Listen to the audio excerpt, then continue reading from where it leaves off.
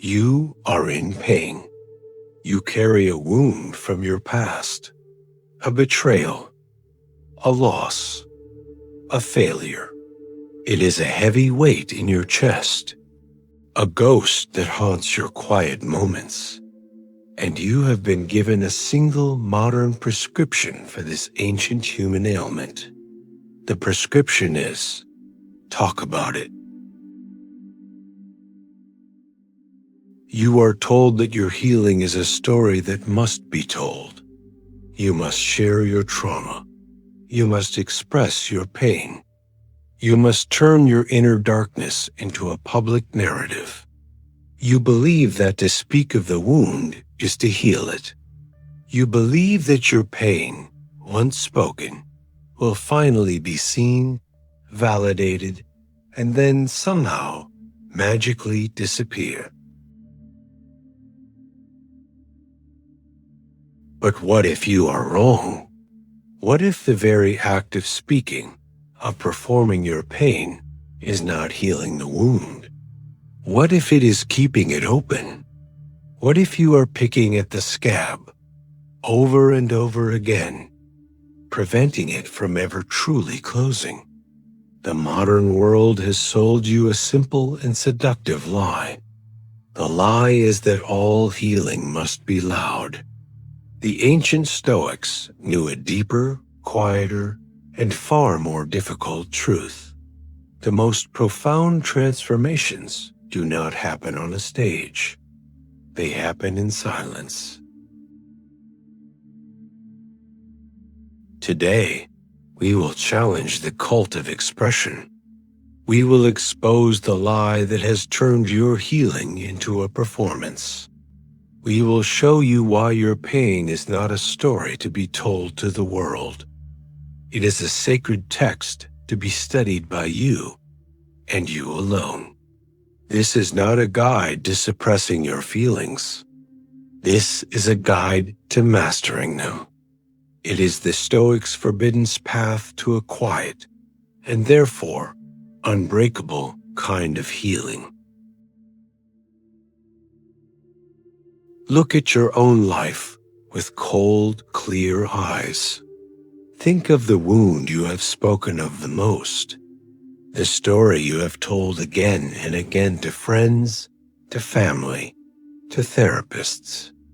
Has telling the story truly made the pain go away? Or has it simply made the story stronger? Has it made the pain a more central part of your identity? You have rehearsed your tragedies so many times that you have become an expert in your own brokenness. You have been taught that sharing your pain is an act of bravery. But what if, for many of us, it is a subtle form of addiction? An addiction to the sympathy, the attention, and the temporary sense of connection that comes from being seen as the one who is wounded. You receive a small dose of comfort, a fleeting moment of validation. And so you tell the story again, seeking another hit. But the wound itself does not heal. In fact, it becomes more precious to you. It becomes your currency. It becomes your identity. The problem is not that you are in pain. The problem is that you have made your pain public property. You have taken something sacred, your own inner experience, and turned it into content for others to consume, to judge, and to forget. The Stoics knew that some things are not meant for the public square. Some battles must be fought in the quiet solitude of your own mind. This modern obsession with sharing is a system that can keep you trapped. To break free, we must see how it works. It is built on three great, flawed pillars. They are the lies that keep you talking and keep you from truly healing. We will now tear them down. The first pillar is the lie that expression is the same as healing. You believe that the act of talking about a problem is the same as solving it. You have a long emotional conversation about your trauma. You cry. You feel a sense of release. You feel lighter. And you mistake this temporary feeling of relief for permanent healing. This is like confusing the act of describing a disease with the act of taking the medicine. The description can be useful. It can help you understand the problem, but the description itself is not the cure. True healing is not a conversation. It is a process of action. It is the hard, quiet, unglamorous work you do after the conversation is over. It is the discipline to get out of bed when you feel depressed. It is the courage to set a boundary with a person who has hurt you. It is the work of building new, healthy habits. It is the slow, methodical process of rebuilding your own mind, brick by brick. This is the real work of healing. And it happens not in the dramatic moment of confession, but in the 1,000 small, unseen, and silent choices you make every single day. It's not what happens to you, but how you react to it that matters. Epictetus. Talking about what happened is easy. Changing your reaction to it is hard. The cult of expression focuses on the easy part. It allows you to feel like you are making progress while you remain stuck in the same patterns. The Stoic path is different. It is less concerned with the story of your wound. It is obsessed with the strength of your response. The second pillar of this prison is the lie that all your feelings must be shared. You have been taught that to be authentic, you must be an open book. That to hold back a feeling, to keep a struggle to yourself, is a form of dishonesty or suppression. You believe that silence is a sign of weakness, a sign that you are hiding something. This is a profound misunderstanding of the human mind. Some parts of your story are sacred. They belong only to you. To share everything with everyone is not a sign of strength. It is a sign of a lack of discernment. It is to treat your inner world, your most precious possession, as if it were a cheap public good.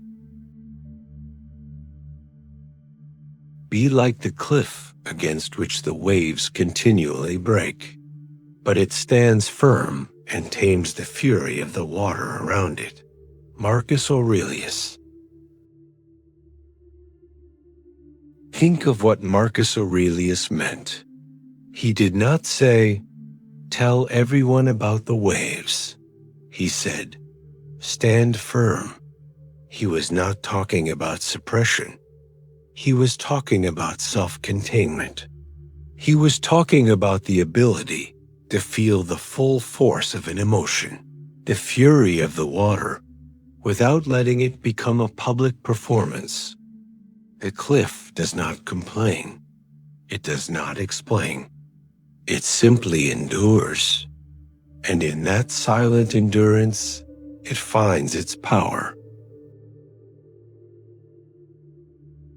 To keep something private does not mean you are ashamed of it. It can mean you are protecting it. You are treating it with the respect it deserves. Your deepest transformations, your hardest won lessons, your most sacred moments of insight, these are pearls. To cast them before everyone is to risk them being trampled and ignored. The Stoic understands that true vulnerability is not about exposure to the many. It is about the careful, deliberate choice to reveal your true self to the worthy few. And sometimes the only worthy audience for your deepest struggle is you. This is a difficult truth to accept. It goes against everything our modern world tells you. If this idea of silent strength resonates with you, if you are tired of feeling like you must perform your pain to be valid, then take a moment to acknowledge it. This is a turning point. Go to the comments right now and make a simple, powerful declaration. Write, "My healing is not a show." This is a commitment to yourself, a promise to reclaim the sacred privacy of your own journey. Now, let us learn the final, most crucial part of this new way. The third and most subtle pillar is the lie that healing requires external validation. You believe that for your pain to be real, someone else must see it. For your struggle to be valid, someone else must applaud it. You are like a patient who does not believe he is sick until a doctor gives him a diagnosis.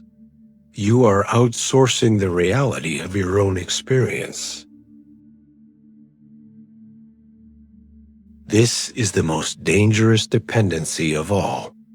It makes your healing contingent on the attention and approval of a distracted and indifferent world. You are waiting for someone to come along and say, "I see your pain. It is real. You are strong for enduring it." And when they don't, you are crushed. You begin to doubt your own experience. Maybe it wasn't that bad.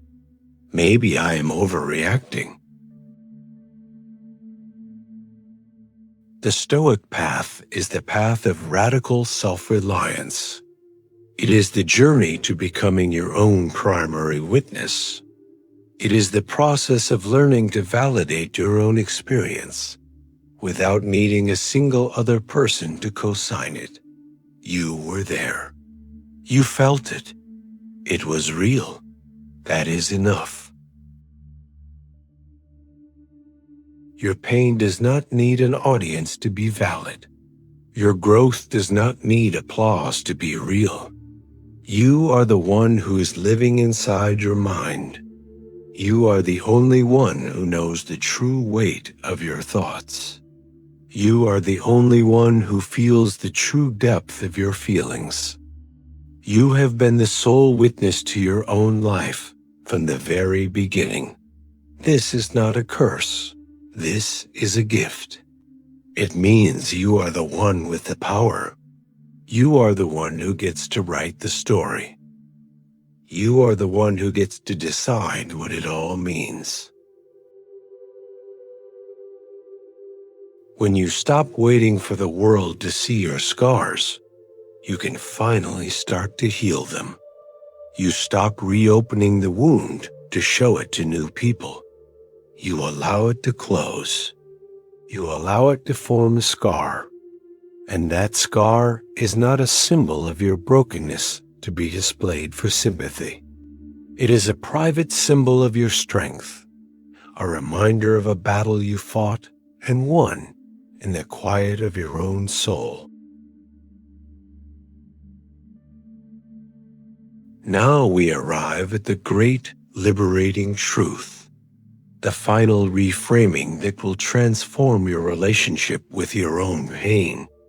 You have been taught that the opposite of expressing your pain is suppressing it. This is the false choice that has kept you trapped. The opposite of performative expression is not suppression. The opposite of performative expression is quiet integration. Suppression is the fearful act of pushing a feeling down, pretending it doesn't exist. Integration is the courageous act of sitting with a feeling, in silence, allowing it to be there without needing to act on it. It is the process of letting the raw energy of an emotion pass through you, to be observed, understood, and absorbed into the fabric of your being. It is not about ignoring the wave. It is about learning to surf it internally without needing to describe the ride to anyone. This is where true emotional mastery is forged. Now, we move from deconstruction to construction, from the noisy hospital to the quiet sanctuary. 3 practical Stoic rituals to break your addiction to expression and to begin the sacred, silent work of true healing. The first ritual, the silent sit. The next time you feel a powerful, painful emotion, anger, sadness, anxiety, you will resist the urge to immediately reach for your phone to tell someone. You will resist the urge to post about it. Instead, you will find a quiet place. You will sit down for just 5 minutes, and you will do nothing. You will simply allow the feeling to be there. You will not judge it. You will not try to fix it. You will not run from it. You will just observe it. Where do you feel it in your body? What is its texture? Does it change? This is not a passive act. It is an act of profound courage. You are learning to be with yourself in your own storm. You are becoming your own anchor. The second ritual, the action journal. You will get a private journal. This is not for anyone else to read. In this journal, you will not write long, traumatic stories about your pain. You will answer one simple, powerful question each day. What is one small, virtuous action I can take today to move forward? The focus is on action, not on feeling. If you are sad, the action might be to go for a walk. If you are angry, the action might be to write down your thoughts and then burn the paper. If you are anxious, the action might be to complete one small, manageable task. This practice rewires your brain. It teaches you that the solution to a bad feeling is not to talk about the feeling, but to take a good action. The third ritual, the circle of silence. You will choose one past wound, one story that you have told many times, and you will put a moratorium on it. For the next 30 days, you will not tell that story to anyone. When the urge comes up, you will simply let it pass. This is not about pretending it didn't happen. It is an experiment in letting a wound heal without the constant interference of narration. You are creating a silent, sacred space around that part of your history. You are allowing it to finally become a part of your past instead of a constantly relived part of your present. Your pain is not a performance. Your healing is not a show. Your inner world is not a public park. It is a sacred, walled garden. It is your citadel. The frantic need to be seen in your brokenness was the real sickness. The quiet, disciplined, and solitary work of becoming whole is the cure. Let them have their loud confessions. Let them have their public tears. You are engaged in a different, deeper kind of work. The kind of work that builds a strength so profound, so quiet, and so real that it does not need to be announced. It is simply felt. The stage is now empty. The sanctuary is open. If you are ready to begin the real quiet work, then subscribe to the Stoic Citadel. This is not a place for telling stories about your pain. It is a forge for turning that pain into power. Go to the comments and declare your new sacred commitment. Write, "I am the sanctuary." Your training continues. You have learned to heal in silence. Now you must learn to build in silence. Your next briefing is on the screen now. Click it to learn how to create your life's work without needing a single witness.